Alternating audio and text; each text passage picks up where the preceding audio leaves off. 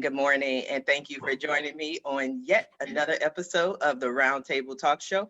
I am your host, Sharifa Hardy, and I am bringing you today some amazing guests. I know I say that every day they're amazing guests, but today's guests are even more amazing than you've ever seen because we've brought together, as always, five complete strangers, five people who have absolutely no idea about each other, what we're going to discuss, what the topic of the show is, and where it's going to go.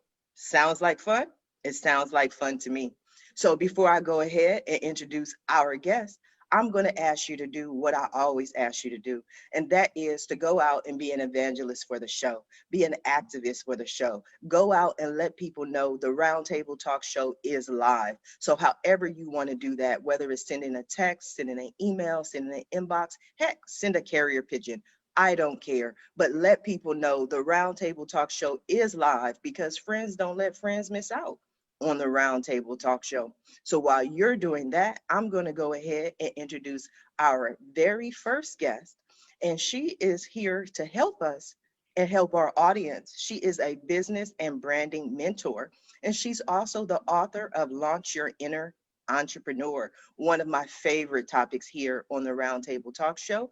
Being an entrepreneur, I want to introduce Miss Charlene Waters. Good morning, Charlene. How are you? Good morning, Sharifa. Thanks so much for having me on today. I'm doing great. I'm absolutely thrilled to be here today. You are so welcome. I'm excited to have you. I'm always interested in speaking with people who are interested in helping entrepreneurs. So before we talk about what you do, let's talk a little bit about you, your history, and how you got to this point. Definitely. So I began undergrad as an English major. I've always loved to write. And then out of college, I got my first sales and marketing job, and I just grew this love of business. So from there, I went on to get my MBA. I was in higher ed. I've taught lots of workshops and courses. I got back out of higher ed because I thought I was too young for that at one point, got more business experience, back into marketing, went on to get my PhD in marketing, and I actually developed a digital entrepreneurship MBA program.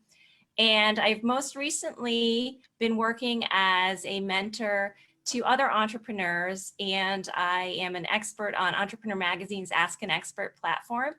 And I wrote a book called Launch Your Inner Entrepreneur, which helps women develop their entrepreneurial mindset because women sometimes need a little more help than men, just kind of finding their voice and trumpeting their accomplishments and really boosting that confidence that they need to be successful in business. And I'm really passionate about helping women. I'm a single mom, and women are the heads of their households now. They have to make a profit. So that's what I do currently. I'm out there training, consulting, and helping others.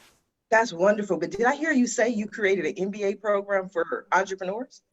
Yes, I did. I'm out of that now. I got out of higher ed again, but that was my main focus for some time. And it was really a really rewarding process. I even got to go with a few women I mentored to Entrepreneur Elevator Pitch, where they pitch their businesses. So it's always amazing to work with people to help them develop their dreams. Now, were you that little girl who had a lemonade stand? Like when I speak to entrepreneurs, they always tend to have like this track record, like this history. They're always, I talked to the guys. They were like, "Yeah, I used to mow lawns in high school," but it's always something in them. Yes, definitely. I was always kind of coming up with my own things. I actually think that I invented Spanx before they came out. Big mistake there. And well, I thank you. I have two teenage daughters now, and they're out with brownie stands, lemonade stands. They're making earrings now. So I think it just runs in the family. I think that's wonderful. But why entrepreneurs? I know you mentioned that women especially, we need that extra help, that extra push. But when you looked around out of all the people, you can help and you can serve, why was it so important to you to help entrepreneurs? Because I think for women, women have a tougher time in the corporate world. We've seen recently, a lot of them are the first to get laid off. They're not able to rise as quickly as men in many cases. So I think being an entrepreneur is a way for women to really take control over their own earnings and their own potential and really move forward. So I'm really passionate about that, helping women get out there and achieve everything that's possible for them. Okay. So what are you focused on? What is your main focus? Is it a book? Is it a website? Is it a platform? How are you focused on helping entrepreneurs today? Yeah, so the book is coming out. It's actually available now on Amazon for pre-order. It'll be out in February. It's called Launch Your Inner Entrepreneur. It's about mindset shifts for women to help achieve success. And I'm also doing some mentoring, coaching, and training as well. So those are my main areas of focus. I also wrote a memoir, which I haven't released yet, about my life. My husband died when my children were just 2 and 4. So I became this single mom overnight, and I really want to help women who are in similar situations, or anyone who's in a similar situation. The name of that book is Own Your Other. And I think many times in life, we find ourselves in situations where we end up somehow in a situation that we didn't want. I never said, hey, can't wait to be a single mom. But sometimes it just happens, and we can't make the most of those situations until we really own them and accept them. And so my goal is just to help people who find themselves in those type of situations. Okay, so we're going to look across the panel today, Charlene, and we're going to look at our guests, and we're going to feel and for that entrepreneur spirit. And then when you have some questions or some comments or some advice for our guests, feel free to pop in there. Now I'm going to come right back to you, but I want to go ahead and introduce our next guest, and she is also amazing. She is the author of Mother, Behold Thy Son.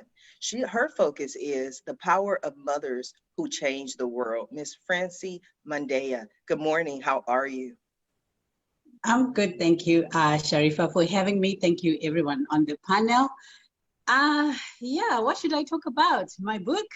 Well, what would you like to talk about? It's Thursday. We can discuss anything you want. Let me talk with something that you don't know. Just listen.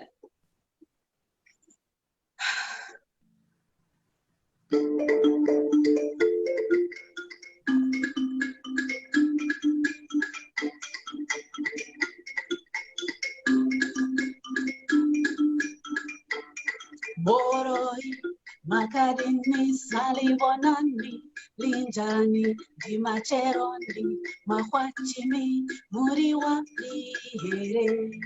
Boroi makadini salivonani linjani dimacheroni mahwachimi muriwa here. Bonjour, hello, can we be? Bonjour, hello, can we be? Boroi makadini salivonani linjani dimacheroni mahwachimi muriwa here.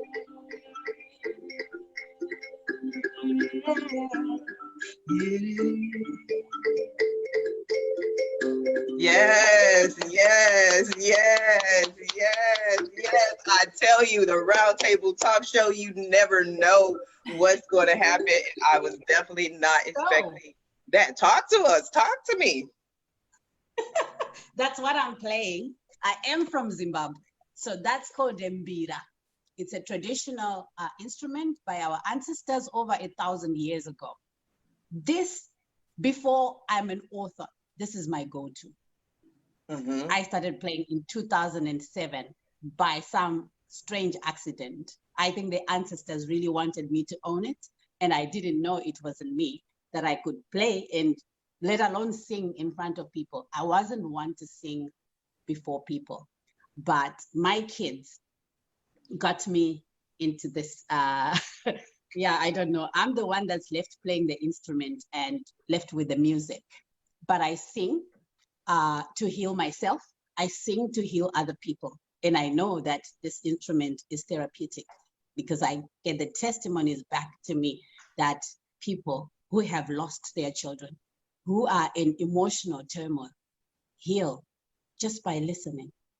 by embracing this instrument. So there was a time in my life I know you lifted my spirits this morning. I got to dance. I got to move. I mean, that felt really good. I like that. I like that. Francie, hold on for 1 minute because I want to bring in some of our other guests, but I'm going to come back to you because we definitely have to discuss Mother, Behold Thy Son, as well as the power of mothers, which is something that Charlene spoke about as well. But we won't negate the power of dads and fathers and men in our life because we have a pretty balanced show today. So I want to introduce our next guest, Mr. Mark Lafelholtz. He is an author as well, and he is always interested in writing about 1940s style noir mystery series of books. Mark, are you going to play for us as well? Because now I'm expecting, I'm expecting some music, some dance. Well, she has raised the bar very high. I don't think I can measure up to that. I need something. I need a joke, a song. That was beautiful. I enjoyed that a lot. No, I have been writing these books for about 10 years. They're really they're based on the old books by like Raymond Chandler. Philip Marlowe was his private eye. Dashiell Hammett, everybody knows about the Maltese Falcon. His character was Sam Spade, and Mickey Spillane had a hero named Mike Hammer. My guy is named Oscar Jade, and he lives in Miami Beach in 1941. These books are designed to be just like watching an old movie that you eat some popcorn and have some fun, and it's mysteries, basically mysteries with get a little action at the end for the kids, some car chases, gunfights, femme fatales, that kind of thing. So I have a comment. I was going in a different direction. This is what happens in my life. But Amy Trout Hughes says, Mark, you and I are inspired by the same first book. Just jumped on Amazon to pick up your books. Philip Marlowe and James Bond were my first two crushes. Yep, I'm odd like that. So Amy says she enjoyed it. She's picking up a copy of your book now. So that's fantastic. Yeah, I started reading the old Ian Fleming James Bond books when I was 11 years old. The first one I read was called On Her Majesty's Secret Service. I was so excited by the way Fleming wrote, and everybody's familiar with James Bond, the movie character. The books were written starting in 1953, so there's a very different kind of vibe than and I love the movies. Such a different. It's Cold War spy stuff, and I was just very inspired by the way he could put a sentence together. Ian Fleming was a British newspaper man. He was a journalist primarily, and I really learned my style from him. He's very economical. He does not overwrite, straight to the point, and is not afraid to be a little sensational and escapist. I like escapism. I like to just lose myself in whatever world I'm writing. Do you have to be in a certain mood or a certain place in order for you to write? Most definitely. If you write anything like this, any kind of like action thrillers, I call these mystery action thrillers, I'm kind of always channeling my inner 13-year-old. It's what I think about what would be the most fun and interesting and exciting thing I can write, and that's how I tend to do it. I approach it from a standpoint of joy. I really enjoy the writing process. I enjoy listening to my characters talk. I'm often complimented on my dialogue. I literally just listen to my characters and listen to what they say. I don't feel like I'm writing it necessarily. I'm channeling it from somewhere.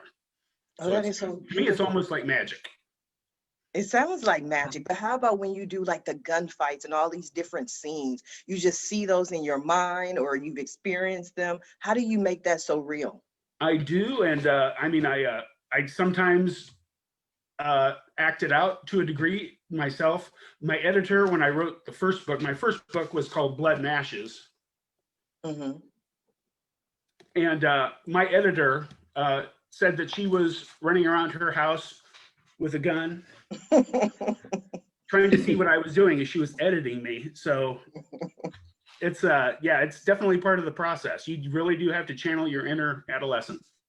So when she was editing, did she come back and say that angle was wrong? There's no way you would have got that shot around the corner. I tried it, it didn't work.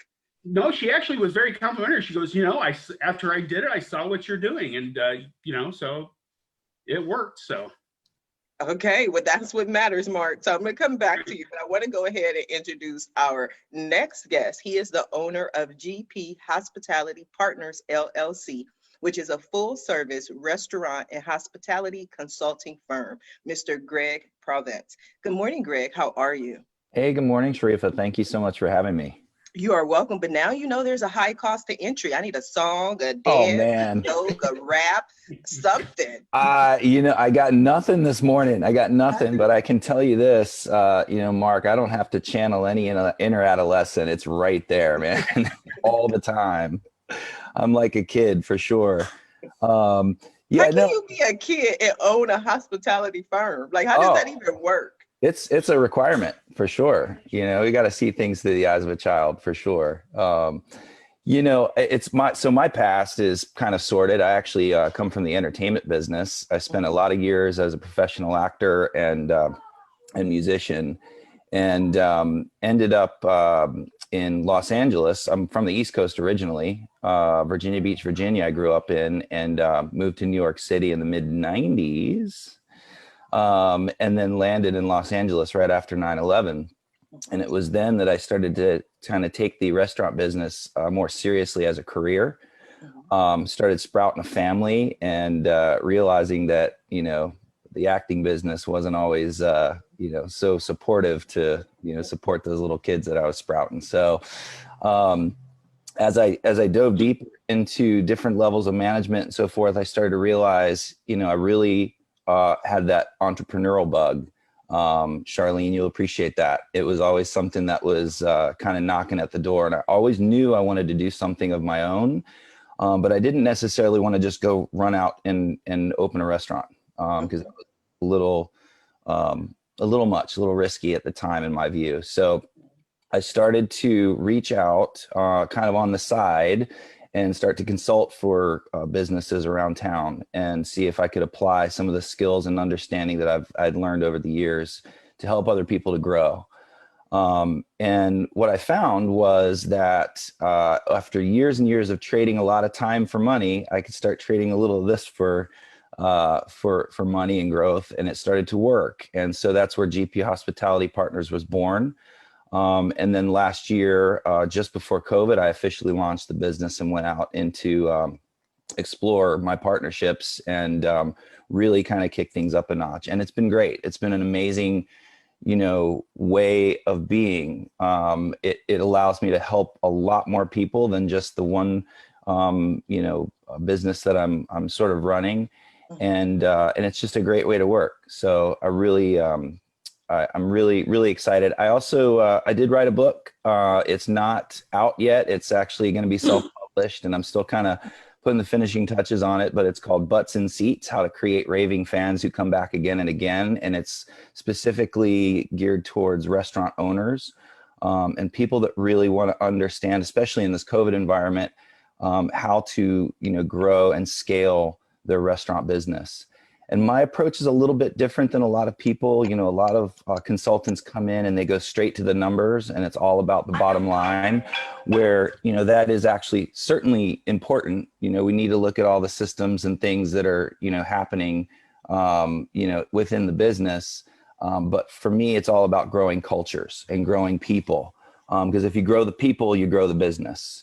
Mm-hmm. And so I'm really, really interested in how cultures work and how people are managing their cultures from the inside out of their business. And that's really the secret, I think, to the success, long-term success of any business really, but certainly in the restaurant business and hospitality business, it's key. Mm-hmm. Yes. And like you mentioned in COVID, that is definitely the one industry. I mean, there are so many, but the restaurant industry definitely needs help. and finding out ways to get more butts in seats. But it was interesting listening to you speak. I see the professionalism, I see the businessman, I see the entrepreneur. But when you came on, you're like, hey, I'm this big kid, you know, and I'm like, okay, I like that. But, and then you were an actor. One of the things that actors love is their ability to recreate themselves all the time. You know, one day I'm playing the judge, tomorrow I'm playing the cop, and then the next day I'll be playing the drug dealer. You know, it's always Absolutely. a different phase. How do you bring that creativity into what you do now? Oh, wow. You know, it's interesting. I've always said to my teams when we're working, we're working like we're on camera, right? Or we're on stage. I mean, I see the entire restaurant team as sort of a cast in a play, right? And so the servers are the actors, and the chefs are the great set designers, and the hosts are the MCs, and all of those elements have to come together in a beautiful sort of harmony and symphony to make things work, to give an amazing guest experience.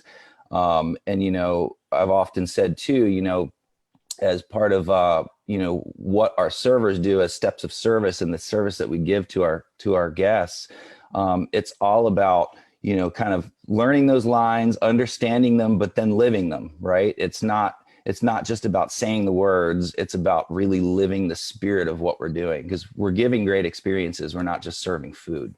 And so it really, I can kind of parlay it into a lot of things, but that's kind of, what it means to me. But that makes it fun. That makes it exciting. Greg, I'm going to come back to you, but I want to go ahead and introduce our next guest, because I'm pretty sure he's going to have some words of wisdom, some advice for the whole panel. And if not, you better make something up, because I'm introducing Mr. Peter Wingsoe. He is a lead strategic advisor to several million-dollar multinational corporations, and he is a natural-born innovator. So he's going to share some of his thoughts today. Good morning, Peter. How are you? Thanks for having me here. Peter, you're doing that quiet, calm. You was talking to me backstage, Peter. What you got for me? You got a joke, a song, Well, I was thinking, save the best for last, but then I realized I don't have a dance act, I don't have anything, so it's not really the best for last, but hopefully I can make up in other ways.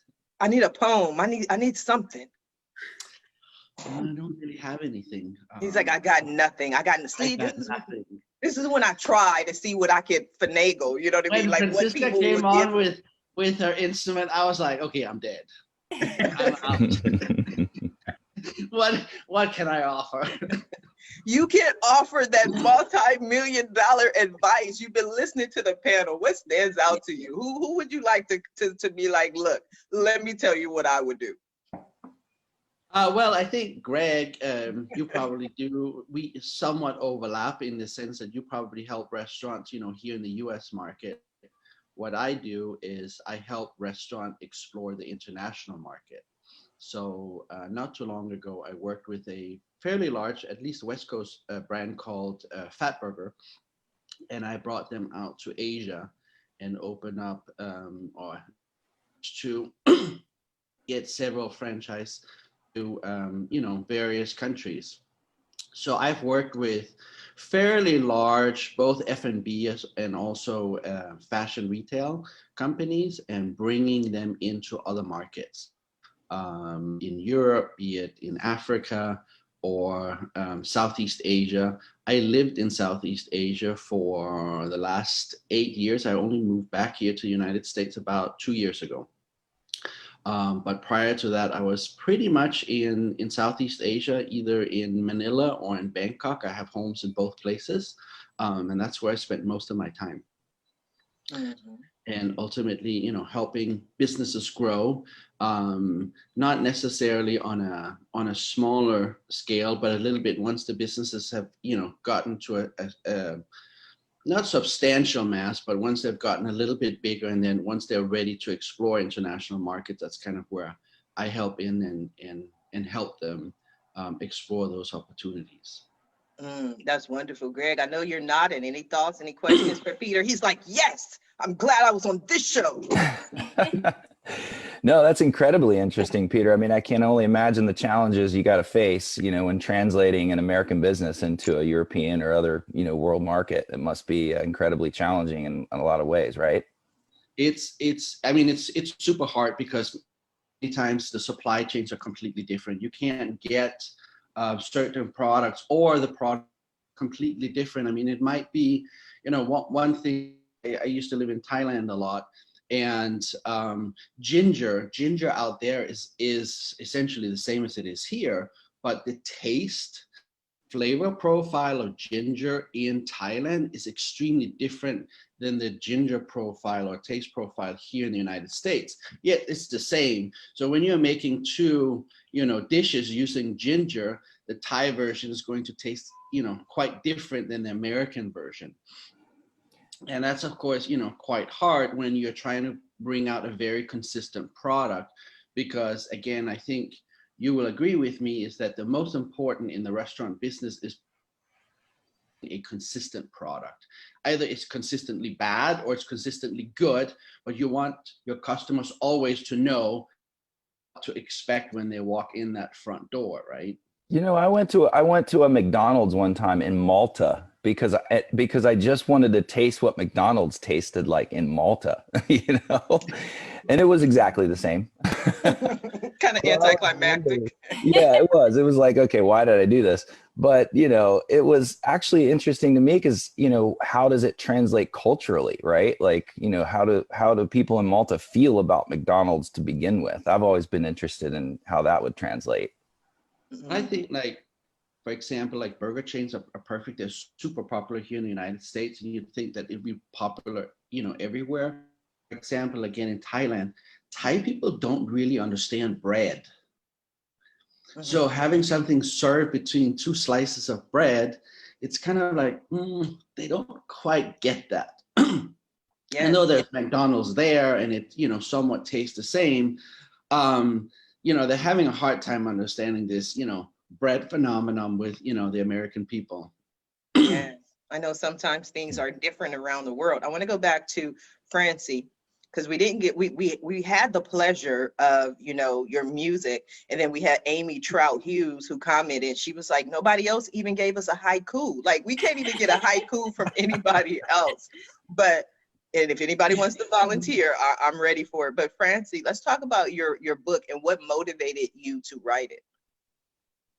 Okay, my book, Mother Behold Thy Son, I will let you know that I have only one son. He turned 22 on October 15th, and I have two girls, 28 and 27. So I'm a mother of adults.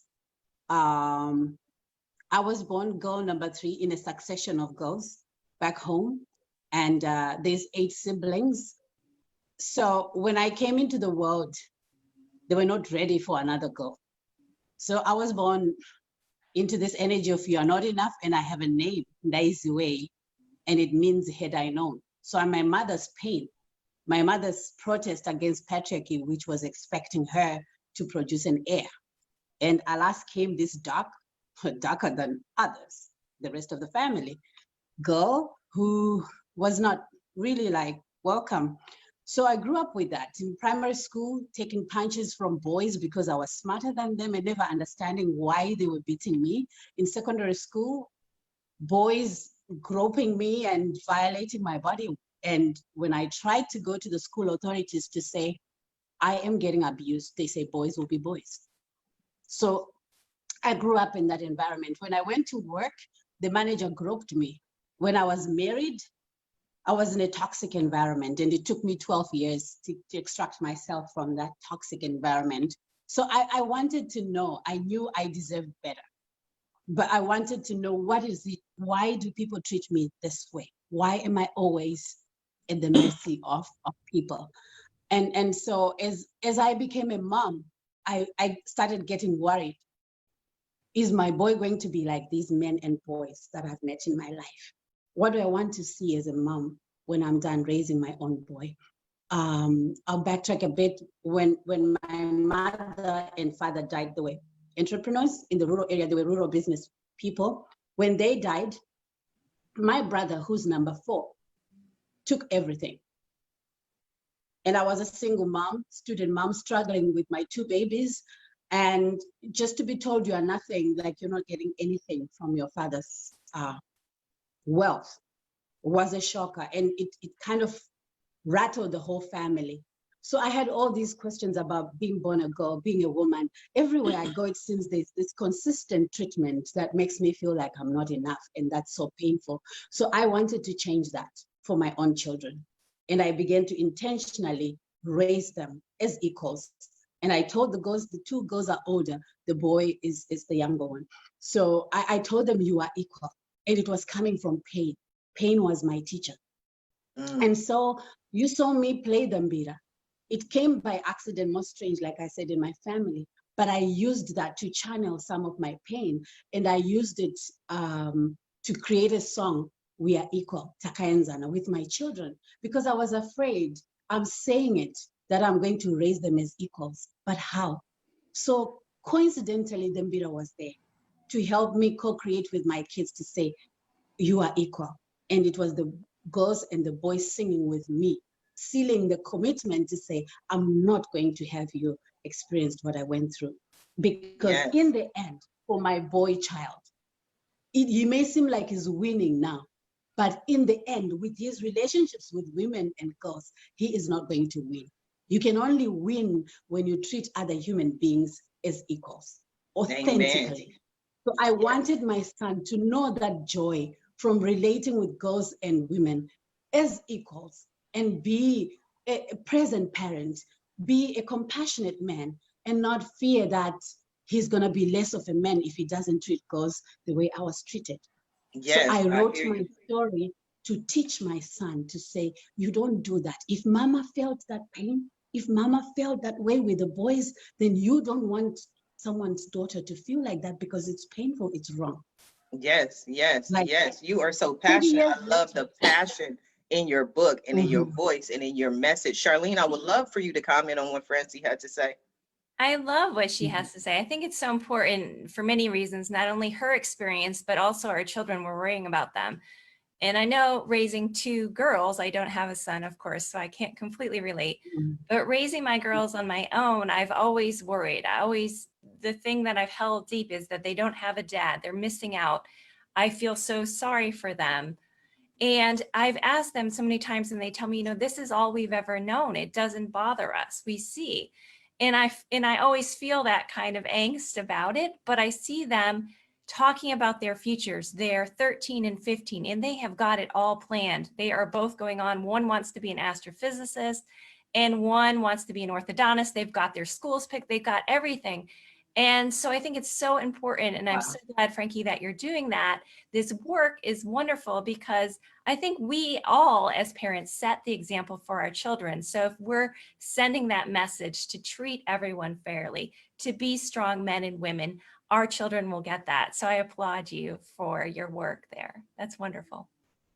Yes. Thank and you, I know Charlene. You're welcome. I know, Greg, you mentioned your children were a part of why you decided to kind of go in a different direction. Absolutely. Yeah. I think the experience of having children, it was all about me until then,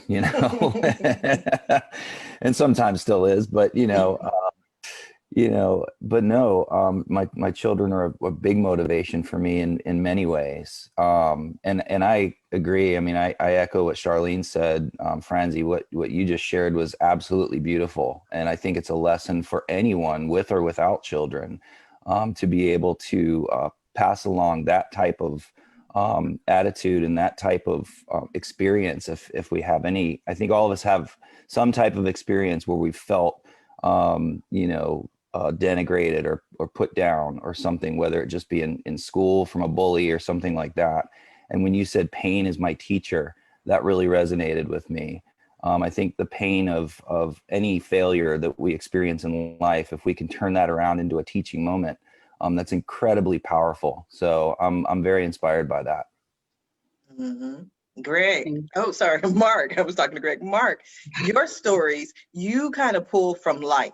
Do you have any of these experiences that you've gone through? You're like, you know what, this is amazing. Let me incorporate this into this book, or maybe a life lesson that you learned, you're like, okay, this is a character.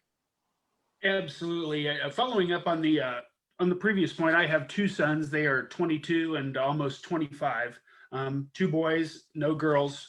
But I really respect, raising a quality human being who's going to contribute to society is the most important thing you're going to do. And I raised my sons to respect everybody, and it's so critical, especially these days. There's so much, we need quality people out there. We need the best people we can possibly make. And How do you raise quality people, Mark? That's interesting. Like, how do you raise them quality? Well, it's very, the fundamentals. I mean, be polite, be respectful. I mean, listen when you're spoken to. The greatest thing I hear is that my sons are, your sons are so polite. They're so, they'll help people carry groceries in family situations. And they're like, they're just so nice. I'm like, well, they better be, because I spend a lot of time, making them as good a people as I can. And I'm proud of where they are. As far as my stories, my main character, Oscar Jade, is he's a private detective, but he's a former police officer. He was born with one club foot, so he has a physical disability, and he suffers from chronic pain. So every day for him is a challenge, and it kind of it gives him a perspective on how he helps people. He helps people with problems, and the most important thing is just that he's a man of action. I've been asked, is he my alter ego? Well, I can't say that, but I envy his decisiveness. I envy his lack of fear, and I think we can all aspire to that. Mm-hmm. Mark, so you said, go ahead, Charlene. Did you base that on someone you knew, that character, or what made you? Well, actually, my brother was born with 2 club feet. Here comes my, hoping I could get through the whole show. My brother was born with club feet, and his disability definitely informed my character. Very interesting. Okay, so we got the dogs barking. We heard you. The door. I'll be right back. Okay, so we're going to go over to Peter. Peter, you're listening to the conversation. Everyone's sharing their stories about family and children. And what are your thoughts, Peter? Well, I don't have children. I mean, I have 2 adopted kids that are out in Cambodia at the moment. I adopted them about 8 years ago when I went there. They're 10 and 12. Trying to give them a better life than were essentially given at birth. Trying to put them through school.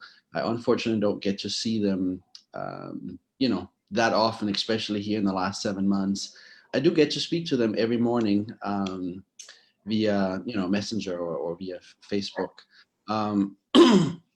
So I don't have quite the same, I guess, parenting as the rest of you guys, but I certainly hope that I'm able to, to raise them as good as I can, being as far away as I am. It's a bit different.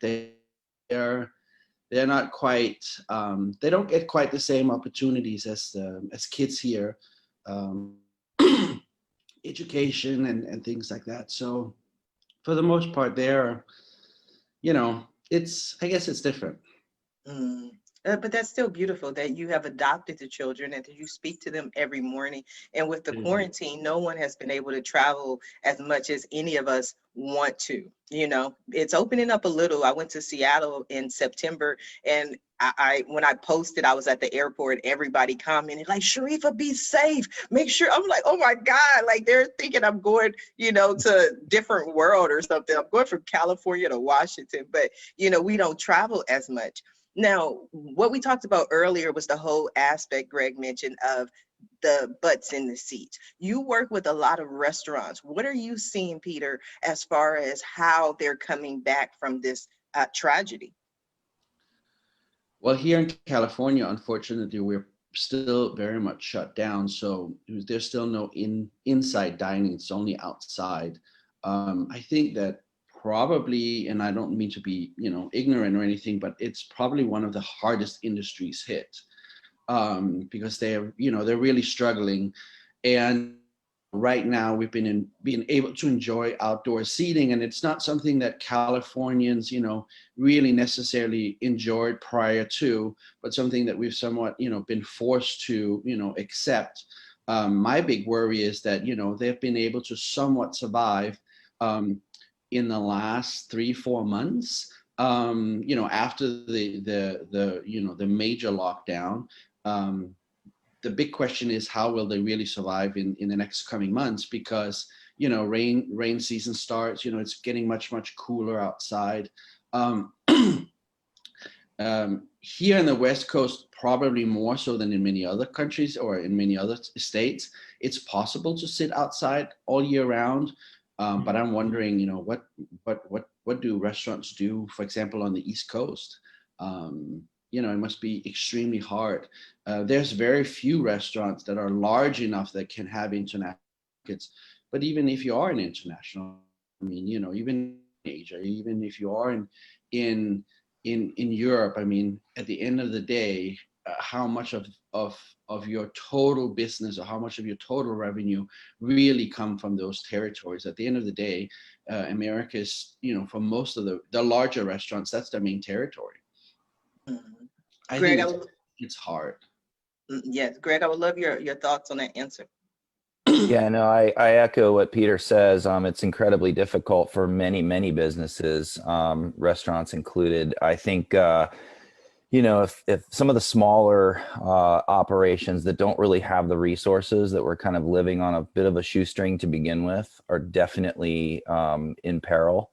Some of the larger outfits that have a little bit more, cash solvent, and they can kind of get through, or have large outdoor spaces available to them. One of my restaurant partners is 70% outdoors on a lake, and it's, all the other restaurants in town are closed down, so they're all going there. So they're actually benefiting. And another one of my partners is really set up very well for takeout and delivery and that type of thing. So they're doing okay. But not every operation has the same, benefit. If you're not set up and you're not kind of already in that position, it's tough. It's tough, especially going into the cooler months. As Peter said, in some of these states that, don't have the benefit of sunshine all year round, it's going to be a hard winter.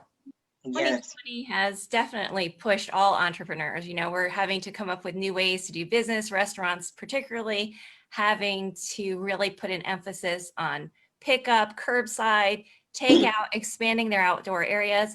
So if nothing else, we've all learned from 2020 that we have to come up with these alternate ways of doing things. Even my gym, we're doing virtual sessions. So I think any business will take this moving forward, because no one will see the next pandemic. We don't know. So we've got to make it a part of our ongoing business model from now on. Yeah, and Charlene, you'd probably agree too. It's the upside of all of this is that it's really forced entrepreneurs to kind of think outside of the box and come up with creative solutions, right? So there's probably a positive in there too, wouldn't you say? I absolutely say so. Being an entrepreneur, you have to be resilient. You have to fail a lot before you succeed. And this is just something like a wake-up call for all of us, that we need to keep innovating when we're an entrepreneur, definitely. Yes. I totally agree with that in a sense that, young people and young entrepreneurs, they should rise, and they will rise to the task. My biggest concern is not necessarily those people, because, again, they will rise. My bigger concern are the people that are in their 60s or even mid 60s or even in their 50s that have had their business for years and years and years, and they have a good, family business that, that's providing jobs for, 5, 10, 50, 100 people. They're just not, kind of out of the box. They're having a little bit hard time, working computers. They're having a little bit hard time understanding, the whole kind of new wave of doing businesses. Those are the ones, that are having a really, really, really hard time.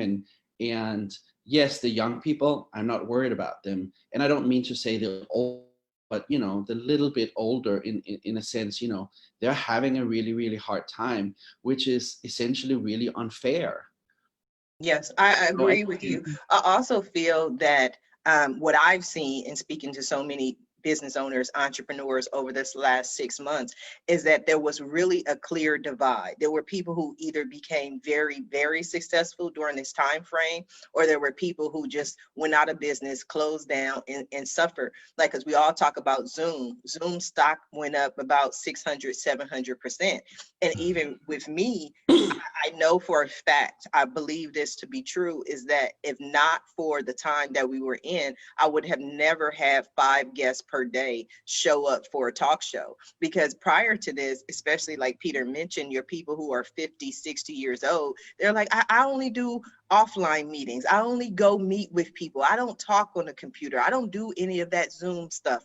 I don't know how it works. And then all of a sudden, a global pandemic, everybody's figuring out how it works because they have no choice. They have no alternative. So we have adjusted and pivoted as a people. I remember one guest in particular who does real estate, and we were talking about how he survived. And he said, Sharifa, he said, I have made more during this time frame. He said, because I actually took more meetings and showed more houses, because he was showing the houses virtually. He didn't have to go out and meet with this person and that person and wait for that person to arrive. And it was just, here's the house. You like what you see, you want to buy it. So he made more money. So I just want to share that experience, that I'm actually one of those people that were hit by COVID. I am a parallelpreneur, so I am trying to launch my business while I work for government. Being a single mom and seeing the kids through, I had to prioritize being in a job to make sure that I do it. I didn't have any other way. And what I've found is I've been using Zoom, but it's just so overwhelming to start now conceiving the business online, as opposed to I was going to go to South Africa and have a conference where I have contact with moms, because I'm a contact person. And so where I live, it's actually fortunate that I could connect to Zoom today. It's not always that I'll be able to connect. So if I'm to pivot, as people say, pivot, like get the conference in a summit on Zoom and do that.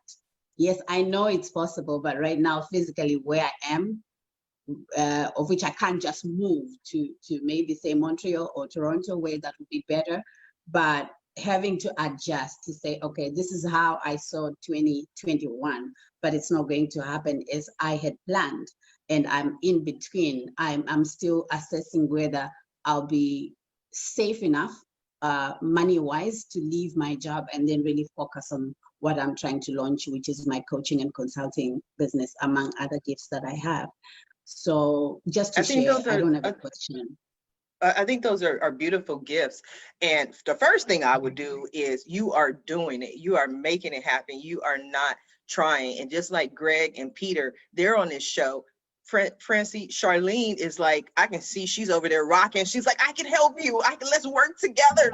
Let's do this. You know what I mean? And that's what we've done during this pandemic that I am so proud of, is that we've all kind of just grabbed hands and said, look, let me help you. Let me help you. Charlene, I saw you over there. I saw you. Yes, you can totally do it. And I'm with you about the day job. You know, we always recommend you keep your side hustle going for as long as you can before you jump off and you feel financially secure. And that's important. So keep doing your side hustle. But I know that you can pivot and make it happen. So many people have profited from the pandemic, and it's all a variety of people. So if you have the will and the way, it's just about, like we said, adjusting your mindset and making it happen. But there's nothing wrong with keeping it a side hustle for a while until you completely get it going more strong. Thanks, Charlene. I will be in touch. Definitely. Franzi, it's true. It took me about 3 years to launch my business, and I was doing it as a side hustle the whole time, and it was exhausting at times. And a lot of times I thought it's never going to happen. You know, a lot of doubt there, but it's possible. I know you can do it too. In those, thank you, Greg. Yeah, the COVID era has been very difficult. I mean, you know, in terms of talking about your book, I like to do book signings. I like, you know, where actual living people walk up to you and you shake their hand and, you know, you chat with them a little bit, you get to know them, and all of that is gone. And so we've all had to adapt as best we can. I've got family in Florida, family in California. I learned to use Zoom very early in the pandemic. That's the only way I was able to talk to my extended family. Did you do any virtual book signings? You know, I haven't yet, but I'm going to. I'm going to look into that.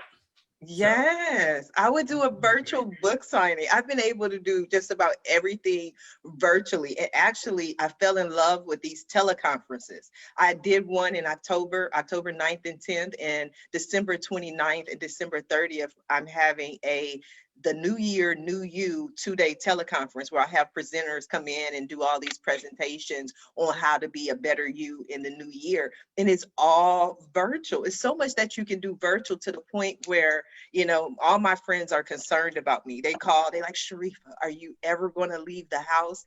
And I always say, to go where? Like, we're in a global pandemic. Where is it you want me to go? I enjoy my life. I don't know. Maybe it's just me. Charlene, is it just me?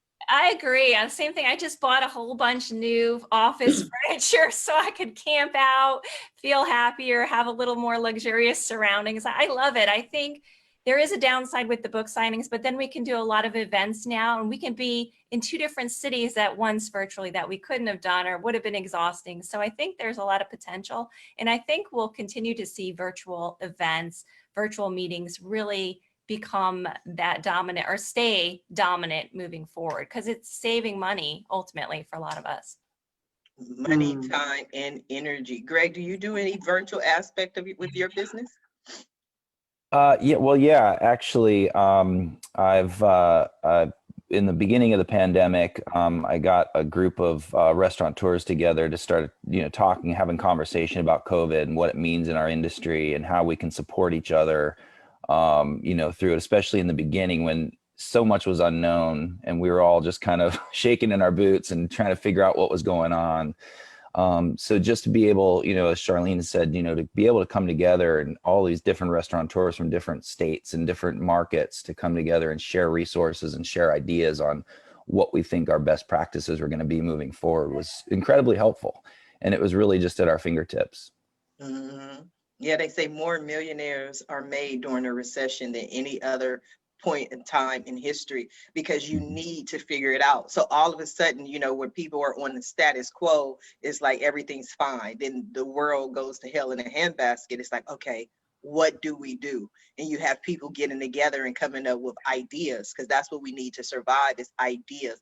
And I've seen people be so creative, not only creative in how they're operating their business, but I remember one guest who talked about she saw someone who passed out a letter in her neighborhood, and she told everyone in the neighborhood on this letter, if you need help or you need assistance, call me. So she's like, you know what, I'm gonna do the same thing. So she did it, put it out around her neighborhood, especially all the senior citizens.